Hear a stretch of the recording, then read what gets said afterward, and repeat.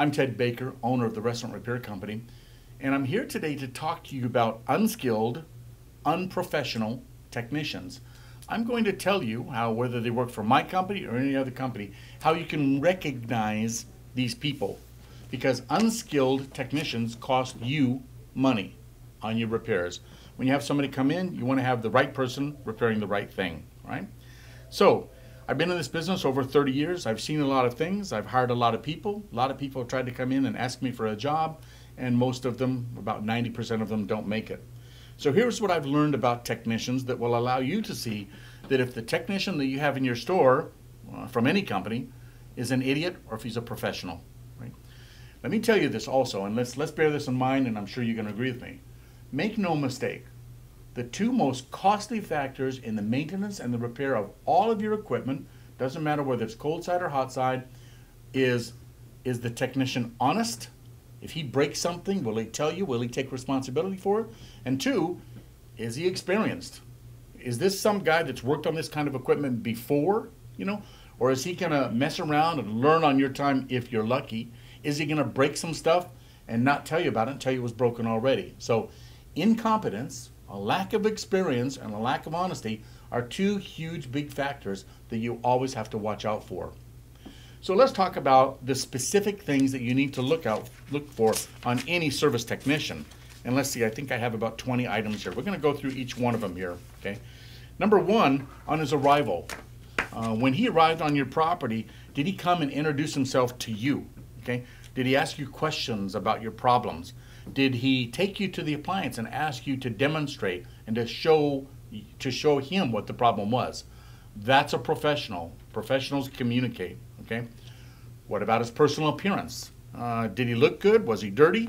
He should always be clean. He should always carry a clean shirt in the truck. Are his shirt tails tucked in? Is his shirt ironed?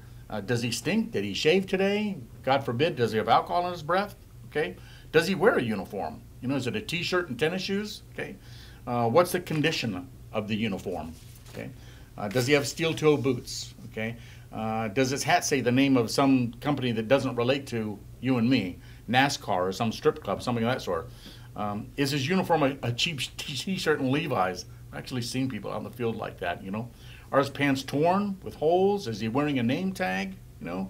All of these things count to the professionalism of who this guy is, okay? Number three, very important. Go look at his truck. What's the inside of his truck look like? Is it messy? Are there parts strewn all over? Is it neat? Is it organized? That's a good sign. Is there just papers and junk all over the dashboard? That's a huge problem, okay?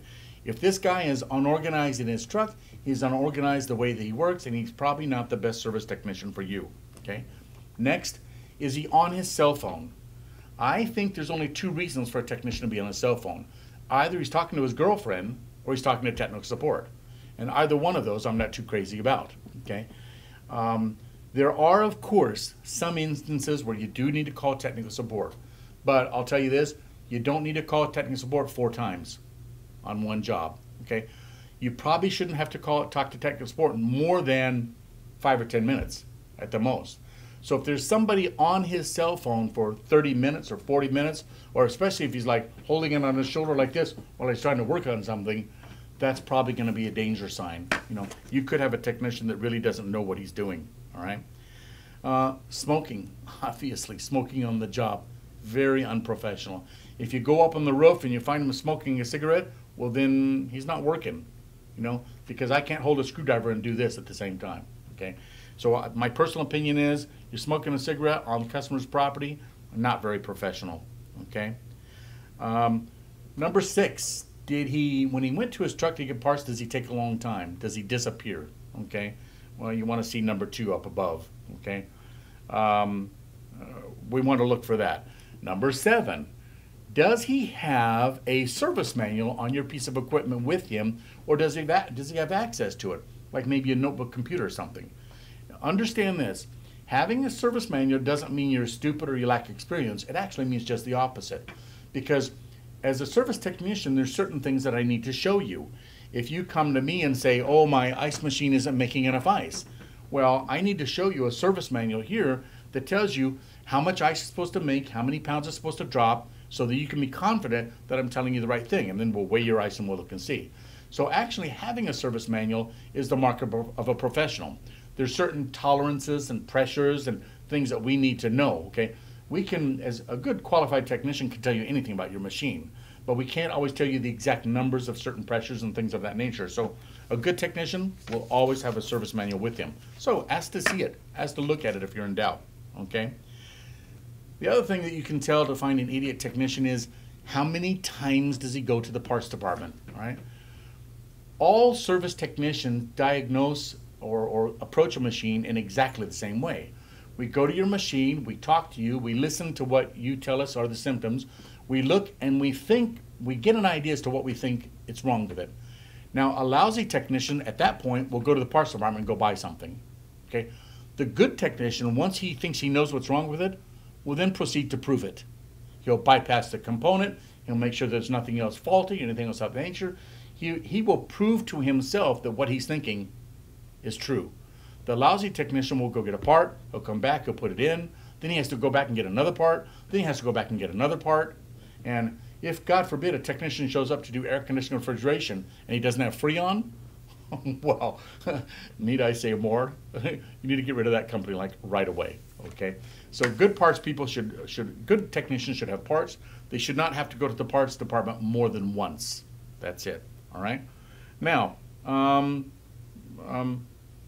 is he standing around, okay? Does he look like he's not doing anything, you know?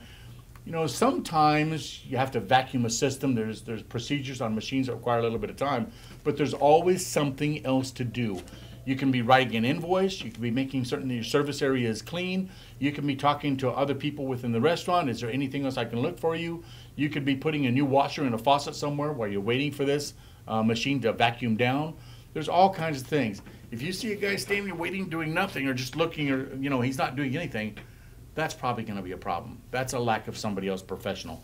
Because in my opinion, when I was a service technician, I would tell managers right offhand, I got to vacuum out your machine for 1 hour. Is there anything else I can do? I can see that stuff myself. Can I adjust your door closer? Can I do this and this and this? I'm going to look for other things to help you, because if I can fix 2 things for the price of 1, well, that's a good deal, right? That's a good deal. Okay. All right. The next thing we want to do is we want to look at his tools. Okay, how do they look? Do they look professional? Do they look good quality? Or do they look like they're all brand new and he just bought them out of Kmart? You know, that can be a problem, okay? Do they look like professional tools to you? Does it look like he has enough of them, okay? Does he look professional in his appearance? Does he have them in a tool bag, a tool pouch, a tool box? Or are they in a plastic bucket that he stole from one of your other stores? You know, appearance is everything, okay? What about his work area? So he's fixing one of your machines. Does he keep all of his tools, his equipment, and all that sort of thing within a tight given area? Or are they spread out all over the place in the way of all your people? You know, that's a problem, okay? All the tools, when you get a good technician in your restaurant, he is aware of your people all the time. You know, when I'm in a restaurant, one of your people can't get close to me because I'm moving back. If they approach me, I'm moving back because I want to be out of the way. I want to get out of the way. All of my tools, they're not on the ground where your people can slip and fall, okay? So when you see somebody and he's got his tools all over your shelves and all over the floor and there's just a mess everywhere and all the parts of the machine everywhere, that's not a professional. That's probably a guy that's charging you $50 an hour. And that's why he's so cheap, because he's $50 an hour, okay? The next question is, how long does it take to fix something, okay? In this business, and the restaurant repair business, I would say at least 90% of the time, with every single machine that breaks, we can check about 6 common things, and 90% of the time, we're going to find whatever's broken about your machine within those 6 things, okay? It doesn't take 3 days to fix something. It doesn't take 3 or 4 days to get parts. It doesn't take 5 times to come back and forth to fix something, okay? 90%, we advertise in our business that we get there from 1 to 4 hours and we fix it the same day. And if, for God forbid, that part isn't in San Antonio or one of our other markets today, we know about this amazing concept or thing. We call it FedEx. We can get that part here tomorrow if need be. And even if it's 5 o'clock, I don't care about that, because at 5 o'clock my time, where everything's closed, not in California, it's 3 o'clock there, and I'll get them to FedEx. They can FedEx it to me tomorrow. I'll still have it tomorrow. Okay, so How long does it take to fix something? Is it 6 days or 6 hours? Okay, we can get this fixed right away if you're really good. And anybody who comes to your restaurant to fix something is always looking at time. Okay, if he arrives at 4:30, he has to be fast. He's got to think about what he wants. You know, we might ask how many parts do you have on our truck. You know, just the other day, we had a customer call us, and he said, "Well, I've had another company come and look at my ice machine, and they say it's a bad expansion valve. So can you get an expansion valve? Because they said they can't get it till next week." So we said, "Sure, we can get an expansion valve," but it was a Hoshisaki ice machine. So I told the technician, "Yes, let's go there. Let's get an expansion valve. Let's take a computer. Let's take a float switch. Let's take a water inlet solenoid valve, and let's take cleaning materials. Let's make sure that we have everything it could possibly be." And we did it. And did we fix the ice machine? Yeah, we fixed the ice machine. Okay. Okay. What's next? Okay. Recalls. Right.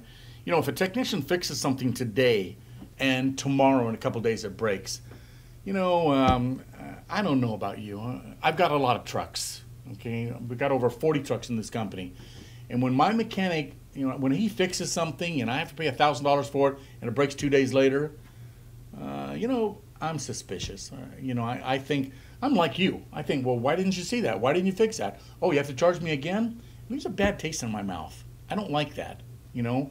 I think that when you come to fix something, you fix what's broken, and you find out why that part broke, and you replace the part, and you fix the thing that caused it to break, all right?